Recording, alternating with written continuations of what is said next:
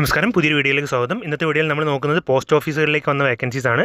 ഇത് നമ്മുടെ നാട്ടിലുള്ള ബ്രാഞ്ച് പോസ്റ്റ് ഓഫീസുകളിലേക്കൊക്കെയുള്ള വേക്കൻസീസ് ആണ്. 10ാം ക്ലാസ് യോഗ്യതയുള്ള ആർക്കും അപേക്ഷിക്കാവുന്നതാണ്.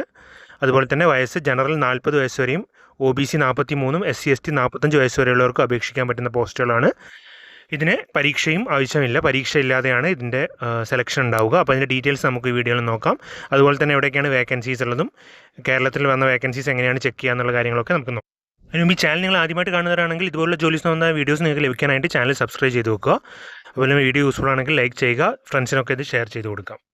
അപ്പോൾ ഇത് നോക്കാം. ഇത് നോട്ടിഫിക്കേഷൻ വന്നത് August 20 department of post, ministry of communication, government of ഇന്ത്യയുടെ കീഴിൽ വരുന്ന വേക്കൻസീസ് ആണ്.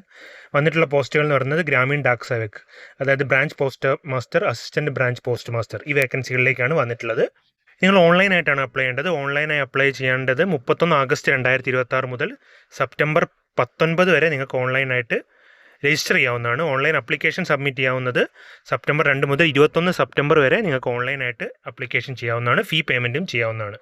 പിന്നെ അതുപോലെ തന്നെ നിങ്ങളുടെ അപ്ലിക്കേഷനിൽ എന്തെങ്കിലും നിങ്ങൾക്ക് കറക്ഷൻ നടത്തണമെങ്കിൽ September 24 വരെയും നിങ്ങൾക്ക് ടൈമുണ്ട്. അപ്പോൾ ഡേറ്റ് ലാസ്റ്റ് ആവുന്നതിന് മുമ്പ് തന്നെ പെട്ടെന്ന് അപ്ലൈ ചെയ്യാൻ ശ്രമിക്കുക. അതിന് തന്നെ നമുക്ക് എലിജിബിലിറ്റി ക്രൈറ്റീരിയ നോക്കാം. എന്തൊക്കെയാണ് ഇതിൻ്റെ യോഗ്യതകൾ. ഏജ് ലിമിറ്റ് വരുന്നത് മിനിമം ഏജ് 18 വയസ്സ്, മാക്സിമം ഏജ് 40 വയസ്സാണ്. ഇത് ഡേറ്റിൻ്റെ നോക്കുന്നത് ലാസ്റ്റ് ഡേറ്റ് ആണ്. അപ്ലിക്കേഷൻ്റെ ലാസ്റ്റ് ഡേറ്റ് വെച്ചിട്ടാണ് ഏജിൻ്റെ കാൽക്കുലേറ്റ് ചെയ്യുക. SC ST ആണെങ്കിൽ 5 വർഷത്തെയും OBC 3 വർഷത്തെയും, അതുപോലെ തന്നെ ഡിസേബിലിറ്റി ഉള്ളവർക്ക് 10 വർഷത്തെയും റിലാക്സേഷൻ ഉണ്ട്. എഡ്യൂക്കേഷണൽ ക്വാളിഫിക്കേഷൻ എന്ന് പറഞ്ഞ് 10ാം ക്ലാസ് ആണ്. 10th പാസ്സായ ആർക്കും നിങ്ങൾക്ക് ഇതിന് അപേക്ഷിക്കാവുന്നതാണ്. അതുപോലെ തന്നെ നിങ്ങൾ ഇപ്പോൾ കേരളത്തിലാണ് അപ്ലൈ ചെയ്യുന്നതെങ്കിൽ മലയാളം ഭാഷ അറിഞ്ഞിരിക്കണം. പരീക്ഷ ഇല്ലാത്തതുകൊണ്ട് തന്നെ ഇതിൻ്റെ സെലക്ഷൻ വരുന്നത് 10ാം ക്ലാസ്സിലെ നിങ്ങളുടെ മാർക്കിൻ്റെ ബേസിലായിരിക്കും ഇതിൻ്റെ സെലക്ഷൻ വരിക. 10th നിങ്ങൾക്ക് കിട്ടിയ മാർക്കിൻ്റെ ബേസിലായിരിക്കും ഇതിൻ്റെ സെലക്ഷൻ. അപ്പോൾ A1 ആണെങ്കിൽ നിങ്ങൾക്ക് ഗ്രേഡ് പോയിൻറ്റ് 10 ആണ്, A2 ആണെങ്കിൽ 9 ആണ്. അപ്പോൾ അത് അത് വെച്ചിട്ട് നിങ്ങൾ ഓൺലൈനായിട്ട് അപ്ലൈ ചെയ്യുമ്പോൾ അതിനനുസരിച്ച് നിങ്ങൾ അതിൽ കൊടുക്കേണ്ടതാണ്. അപ്പോൾ അതിൽ ആ ഒരു ബേസിലാണ് നിങ്ങളുടെ മെറിറ്റ് ലിസ്റ്റ് പ്രിപ്പയർ ചെയ്യുക. മാർക്കിൻ്റെ ബേസിലാണ്. ഇപ്പോൾ ഒരേ മാർക്ക് തന്നെ നിങ്ങൾക്ക് ഉണ്ടെങ്കിൽ അപ്പോൾ ആദ്യം കൺസിഡർ ചെയ്യുക ഓൾഡർ ഡേറ്റ് ഓഫ് ബർത്ത് ആണ്. അതായത് കൂടുതൽ വയസ്സുള്ളവർക്കായിരിക്കും ആദ്യം പ്രിഫറൻസ് കിട്ടുക. അതുപോലെ തന്നെ പിന്നീട് കിട്ടുക ഫീമെയിൽ കാൻഡിഡേറ്റ്സിനാണ് പ്രിഫറൻസ് കൂടുതൽ. അതിനുശേഷമേ മെയിൽ കാൻഡിഡേറ്റ്സിന് പ്രിഫറൻസ് ഉള്ളൂ. അപ്പോൾ ഒരേ മാർക്കാണെങ്കിൽ ഈ ഒരു ക്രൈറ്റീരിയ വെച്ചിട്ടായിരിക്കും സെലക്ഷൻ വരിക. 65 വയസ്സ് വരെയാണ് നിങ്ങൾക്കിതിന് സർവീസ് ചെയ്യാൻ പറ്റുന്നത്. 65 വയസ്സ് വരെ നിങ്ങൾക്കിതിൽ സർവീസ് ചെയ്യാം. അതുപോലെ തന്നെ നിങ്ങൾ മിനിമം 4 മണിക്കൂറും മാക്സിമം 5 മണിക്കൂർ മാത്രമാണ് നിങ്ങളിതിൽ വർക്ക് ചെയ്യേണ്ടത്.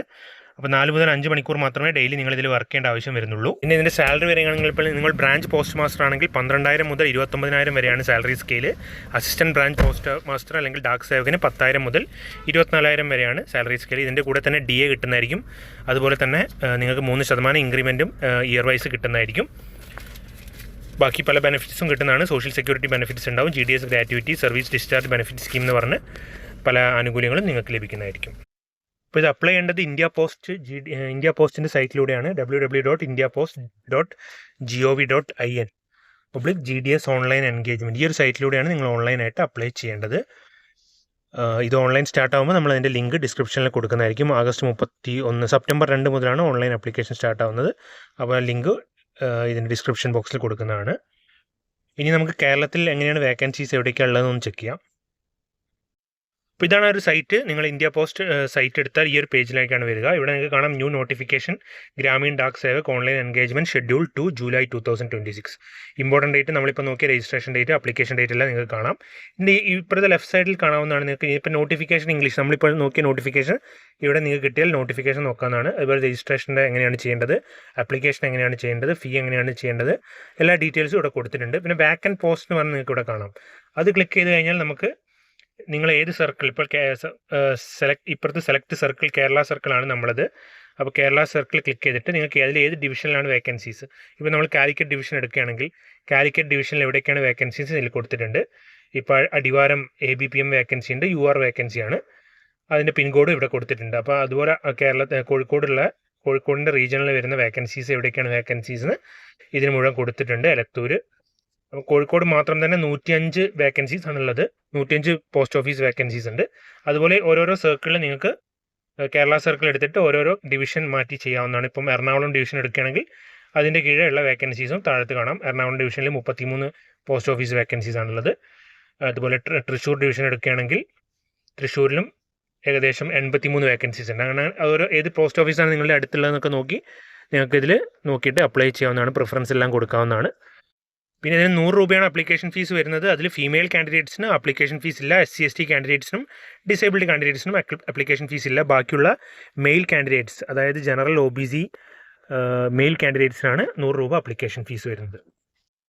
അപ്പോൾ ഇതിൽ എന്തെങ്കിലും ഡൗട്ടുകൾ ഉണ്ടെങ്കിലും താഴെ കമന്റ് ബോക്സിൽ ചോദിക്കാവുന്നതാണ്. അതുപോലെ തന്നെ നമ്മുടെ ഒരു വാട്സപ്പ് ഗ്രൂപ്പ് ഉണ്ട്, അതിൻ്റെ ഒരു ലിങ്കും ഡിസ്ക്രിപ്ഷനിൽ കൊടുക്കാം. അതിലൂടെ നിങ്ങൾക്ക് കൂടുതൽ ജോബ് ഡീറ്റെയിൽസ് ലഭിക്കുന്നതായിരിക്കും. പുതിയൊരു വീഡിയോ വരുന്നവരെ all the best. Thank you.